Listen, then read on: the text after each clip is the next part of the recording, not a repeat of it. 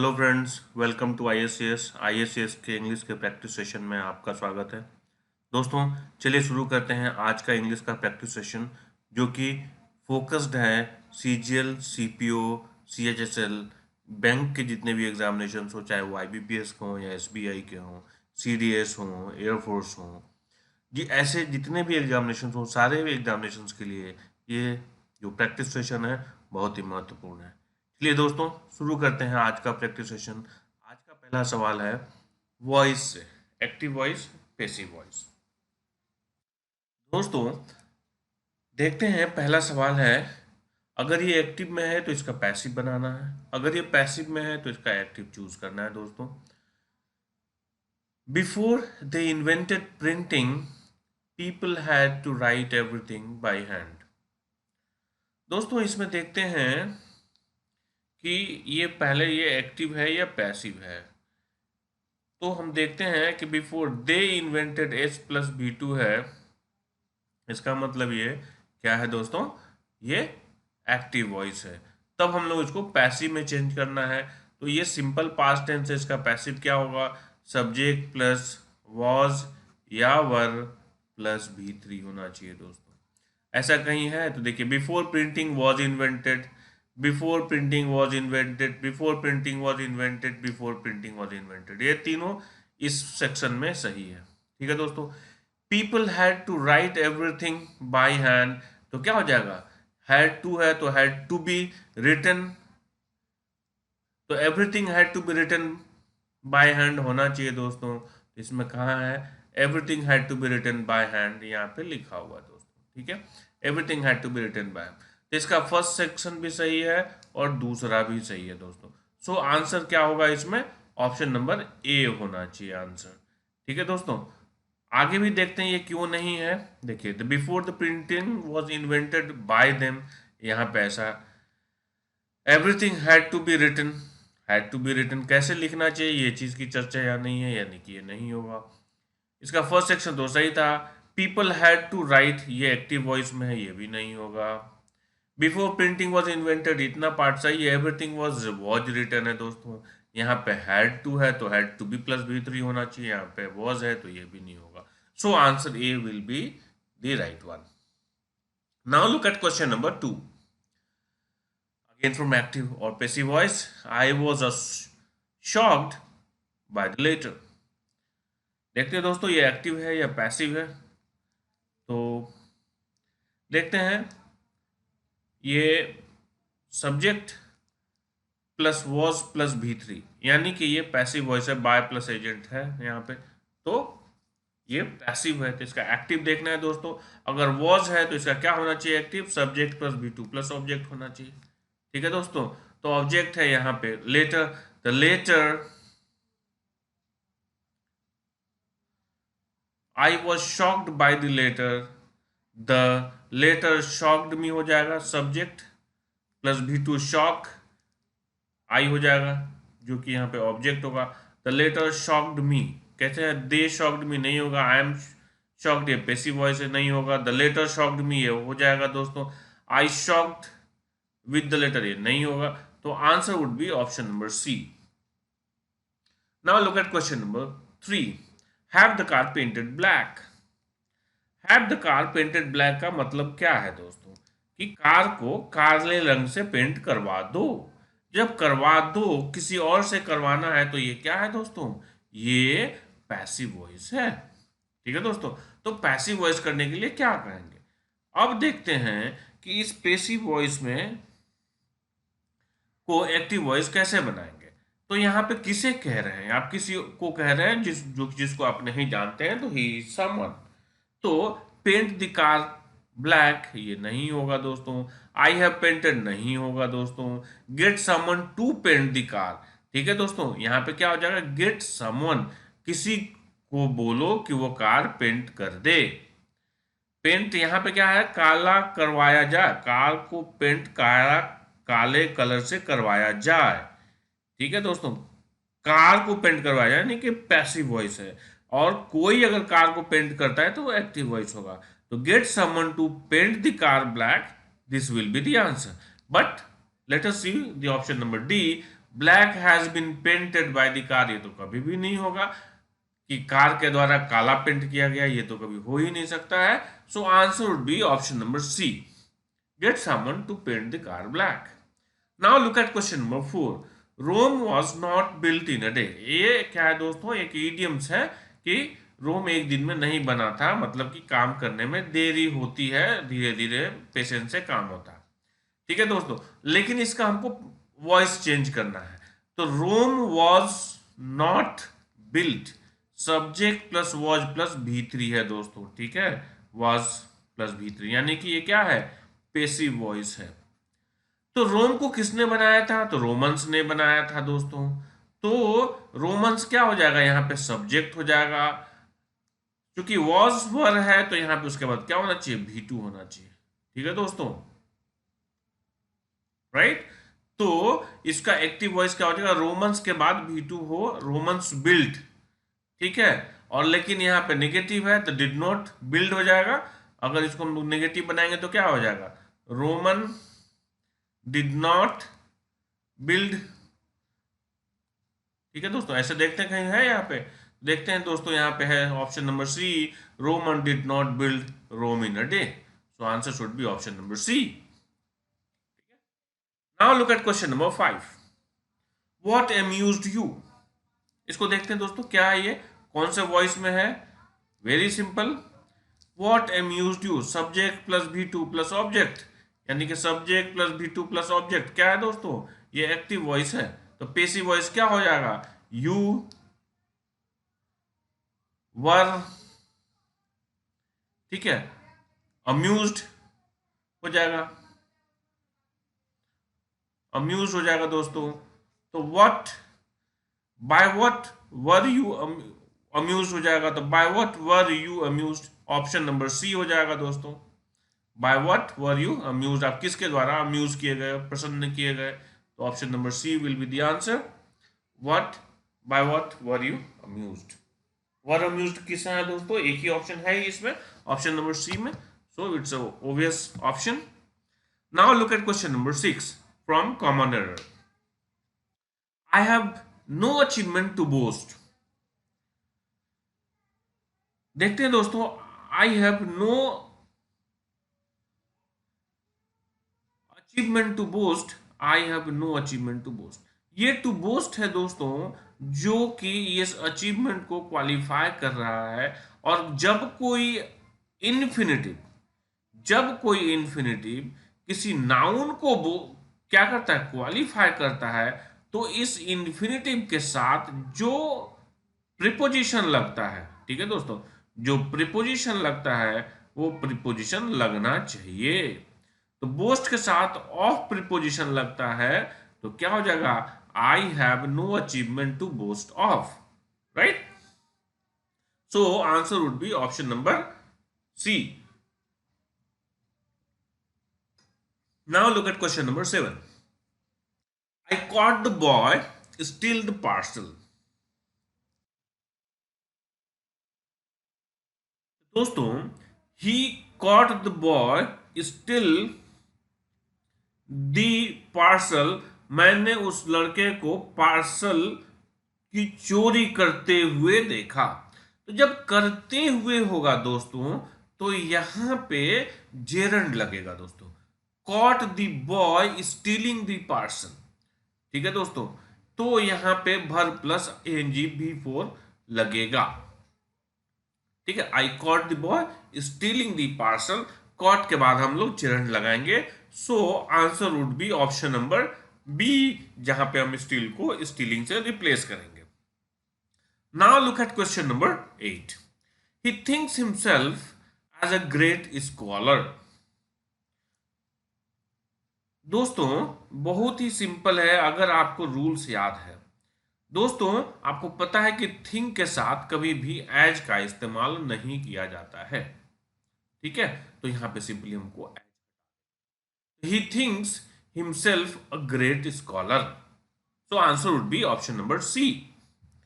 Now look at question number 9, would you please order for tea and biscuits for all of us.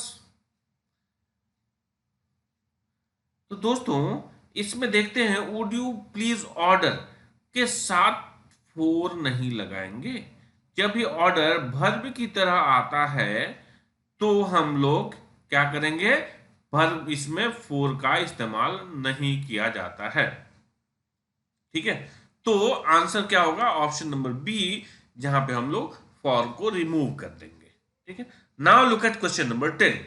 The lawyer asked me if it were worth to take the matter to court. बहुत ही अच्छा question है दोस्तों, इसमें बहुत ही अच्छा question है। इसमें हम लोग को देखते हैं कि द लॉयर आस्क्ड, ठीक है दोस्तों, तो लॉयर ने पूछा, if it were worth to take the matter to court. अब पता करना है दोस्तों कि इफ क्या है। इफ अगर कंडीशनल सेंटेंस के लिए कह रहा है तो इट के साथ वर आ सकता है। अगर इफ सिर्फ कंजंक्शन की तरह काम कर रहा है तो दोस्तों यहां पे वॉज होना चाहिए। ठीक है, तो हम ये देखते हैं जब यहाँ पे आस्क है तो यहाँ पे क्या होगा, ये क्वेश्चन होना चाहिए। और जब ये क्वेश्चन होता है तो यहाँ पे इफ या वेदर का इस्तेमाल करते हैं कंजंक्शन की तरह। तो ये एक चीज का पता चल गया कि ये इफ जो है यहाँ पे कंडीशनल वर्ड नहीं है, ये कंजंक्शन की तरह काम करता है, जो कि इसको दिखाता है कि ये इंटरोगेटिव स्टेटमेंट है। अब जब इंटरोगेटिव होगा तो वॉज हो जाएगा। और आगे की बात है, वर्थ के साथ क्या वर्ब में आईएनजी लगता है तो वर्थ टेकिंग हो जाएगा।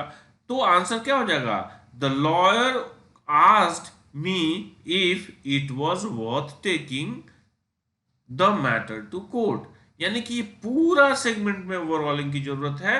सो B will be the right option, जिसमें क्या होगा, it were worth to take को इट वाज वर्थ टेकिंग में चेंज करेंगे। ठीक है, now look at question number 11।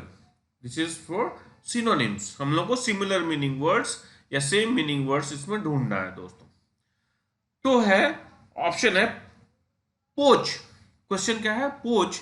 पोच को देखना है कि इसका सिनोनिम्स कौन सा है। गिवन ऑप्शंस हैं कैच, हंट, प्रीच या प्लंडर। कैच का मतलब होता है पकड़ना, हंट का मतलब होता है दोस्तों शिकार करना, प्रीच का मतलब यहां पे होता है अगर प्रवचन करना, प्लंडर का मतलब होता है फोर्सिबली किसी की चोरी करना। ठीक है दोस्तों, तो पोच का मतलब होता है एनक्रोच करते हैं कोई भी चीज, एनक्रोच करते हैं, अतिक्रमण करते हैं या उसका अपने में मिला लेते हैं किसी का एरिया। जैसे अभी क्या है, चाइना जो है एनक्रोच करके इंडियन सीमा में घुसकर इंडिया के लैंड को ले रहा है दोस्तों। तो वो चोरी नहीं कर रहा है, एक तरह का शिकार कर रहा है, हंट कर रहा है। तो ऑप्शन बी होगा पोच का। ठीक है दोस्तों, प्लंडर भी हो सकता था, लेकिन ये क्या है यहाँ पे दोस्तों, इससे एक वर्ड जुड़ा हुआ, स्टील, बाई फोर्स, चोरी करना। ठीक है दोस्तों, और ये होता है एकदम एनक्रोच करना, हंट। ठीक है, तो option B will be the closest synonyms for poach. Now look at question number 12। Lurid. Options इसमें क्या है, ऑप्शंस है हैप्पी,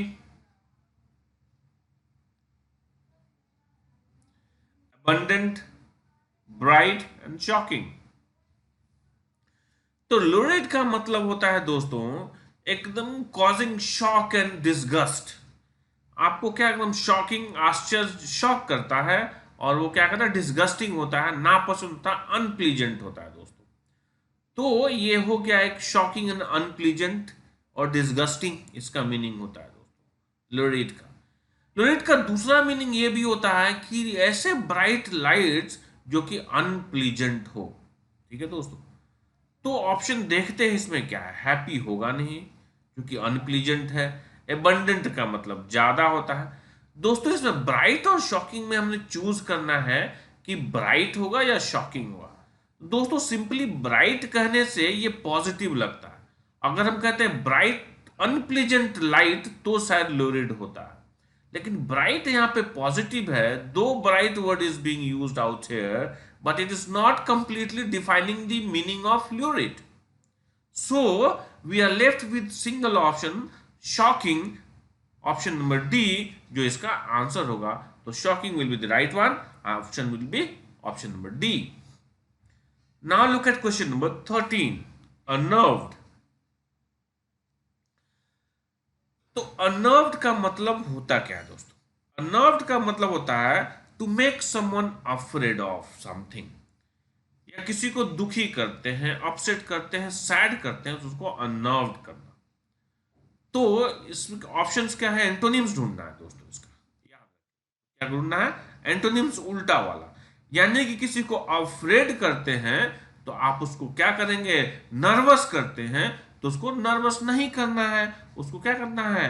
उसको कॉन्फिडेंस दिखाना है, उसको हेल्पिंग करना है, उसको हेल्प करना है। तो देखते हैं दोस्तों इसमें कितने पॉजिटिव वर्ड है। अगर पॉजिटिव एक है तो बड़ा ही आसान होगा चूज करना, अगर एक से ज्यादा होगा तो हमको क्लोजेस्ट एंटोनिम्स ढूंढना होगा दोस्तों। ठीक है, तो देखते हैं। कॉन्फिडेंट एक ऑप्शन हो सकता है दोस्तों, लेकिन अभी 3 ऑप्शन हमारे पास बाकी हैं, तो अभी will not take a decision. Nervous ये निगेटिव है, तो दोस्तों निगेटिव का निगेटिव एंटोनिम्स नहीं हो सकता। होपफुल ये पॉजिटिव है दोस्तों, तो ये हो सकता है दोस्तों, लेकिन होपफुल जो होता है वो एकदम कॉन्फिडेंस से बहुत दूर की बात है। आशा रखना हो सकता है दोस्तों, लेकिन यहाँ पे आशा रखना कॉन्फिडेंस से थोड़ा अलग है, तो ये नहीं होगा। एंग्सियस का मतलब चिंतित होना, यानी कि ये भी नहीं होगा। तो answer would be option number B, confident. So answer would be option number, sorry, option number A, confident. Now look at question number 14, jocular. Jocular का मीनिंग क्या होता है? जो जोक सुनाते हैं, जो मतलब क्या होता है? लाइट हार्टेड होते हैं, ज्यादा मतलब मस्ती मौज मस्ती करने वाले लोग होते हैं। ठीक है, तो ये होते हैं जोकुलर। तो ऑप्शन क्या हो गया? मैरी, मोरोस, जोकुलर या फिर जगलर। तो एंटोनियम ढूंढना है दोस्तों, मतलब कि अगर जोक सुनाने वाला हो तो कोई ऐसा हो जो कि आपको अपसेट कर दे। ठीक है, तो मैरी पॉजिटिव होता है, हंसी खुशी करने वाला। मोरोस आपको सैड करने वाले होते हैं दोस्तों, ये निगेटिव है। तो ये अगर पॉजिटिव है तो ये निगेटिव में बी द आंसर, बट हमारे पास इसके बाद 2 और भी ऑप्शन है। जुगुलर का मतलब होता है ऐसा चीज होता है जो रिलेटेड टू नेक और थ्रोट होता है, गला और कंठ से रिलेटेड हो। तो जुगुलर आपने सुना होगा, अगर बायोलॉजी पढ़ा होगा, तो जुगुलर वेन जो कि गले से होकर वेन गुजरता है उसे जुगुलर वेन कहते हैं। तो गले या कंठ से रिलेटेड कोई भी चीज होती है तो उसे जुगुलर कहते हैं। और जगलर होता है, देखते हैं दोस्तों, बहुत सारी चीजों को एक साथ हाथ में लेके हवा में कलाबाजी दिखाना, उसको जगलर कहते हैं। तो दोस्तों एक हुआ ऑप्शन यहाँ पे, ऑप्शन नंबर बी जो मोरोस है। Answer would be option number B. Now look at question number 15। अब ये वन वर्ड सब्स्टिट्यूशन है दोस्तों। देखते हैं कि a general pardon of offenders का मतलब क्या हुआ? ऑफेंडर्स मतलब कि जो भी दोषी हैं उनको क्या कहते हैं? उसको क्षमा दान देते हैं, उन्हें माफ करते हैं। तो उसे क्या कहा जाता है? पाले, एमनेस्टी, पैरोल या एक्विटल। तो पार्ले का मतलब होता है दोस्तों कि संधि के लिए बात करते हैं आप किसी अपने एनिमी से, अपने दुश्मन से, मतलब जो भी मतभेद होते हैं उसको दूर करने के लिए जो बात करते हैं उसे पार्ले कहते हैं। यहां पे पार्डन नहीं है दोस्तों, तो ये आंसर सही नहीं है। एमनेस्टी का मतलब होता है दोस्तों क्षमा दान देना, यानी कि गलती माफ करना। तो ये आंसर हो सकता है दोस्तों। फिर भी हम आगे देखते हैं। परोल, परोल का मतलब क्या होता है? जब कोई भी बंदी, कोई प्रिजनर्स को आप परोल पे छोड़ देते हैं, उनके अच्छे व्यवहार के लिए के आधार पर समय से पहले उनको रिहा कर देते हैं, तो उसे परोल कहते हैं। या फिर उनके अनुरोध पर कोई अगर आवश्यक कार्य करने होते हैं जेल से बाहर, तो कुछ शर्तों के साथ उन्हें जो भी अथॉरिटी होती है वो उसे छोड़ देती है कुछ दिनों के लिए, तो उसे कहते हैं परोल। और एक्विटल का मतलब रिहाई। ठीक है दोस्तों, तो यहाँ पे रिहाई नहीं, यहाँ पे क्या करते हैं? हम उसका दोष, हम उसको क्षमा देते हैं। तो यहाँ पे आंसर हो जाएगा amnesty. So answer would be option number B.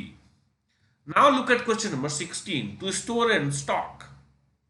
ये भी वन वर्ड सब्स्टिट्यूशन है दोस्तों। इसमें देखते हैं टू स्टोर एंड स्टॉक के लिए हमारे पास कितने वर्ड्स हैं, हेल, हाइड, होल्ड और होल्ड। तो दोस्तों स्टोर एंड स्टॉक का मतलब होता है कि इलीगल तरीके से किसी भी चीज की जमाखोरी करना, यानी एक्चुअली वर्ड है जमाखोरी। तो जमाखोरी किसे कहते हैं, होर्डिंग को जमाखोरी कहते हैं दोस्तों। So answer would be option number C, जिसे हम कहते हैं hoarding. So answer would be option number C, hoarding. ठीक है। Now look at question number 17, idioms and phrases है दोस्तों। The fashion of long flowing skirts will run it's course. इसमें run its course का मीनिंग ढूंढना है हमको। जो ऑप्शंस दिए हुए हैं ये सारे ऑप्शंस हैं। Continue for a long time, no दोस्तों। रन इट्स कोर्स का मतलब होगा कि जितना दिन तक चलना है उतना दिन तक चलेगा, उसके बाद वो फेड हो जाता है। इसे क्या कहते हैं, रन इट्स कोर्स। तो continue for a long time नहीं होगा। बिकम वेरी पॉपुलर नहीं होगा। Develop and then come to its usual end, शुरू में बढ़ेगा और बाद में वो अपने एंड पर हो जाएगा, अपना समाप्त हो जाएगा। तो ये आंसर होना चाहिए। एंड वेरी सुन ये भी नहीं होगा दोस्तों। So option C will be the right one, कि रन इट्स कोर्स का मतलब होता है कि वो अपना कोर्स पूरा करेगा। कोर्स पूरा करने का मतलब कि जब प्रोडक्ट लॉन्च करते हैं तो प्रोडक्ट का डिमांड बढ़ता है धीरे धीरे धीरे धीरे, और धीरे धीरे वो खत्म भी हो जाता है दोस्तों। इसे क्या कहते हैं, to run it's course. Now look at question number 18, ये इडियम्स एंड फ्रेजेस से अगेन दोस्तों। On the cards, on the cards का मतलब क्या होता है दोस्तों।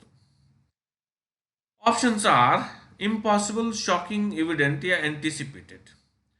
तो ऑन द कार्ड्स का मतलब होता है दोस्तों कि if something is on the cards that is anticipated, जो हो सकता है, जिसका एंटिसिपेशन किया जा सकता है।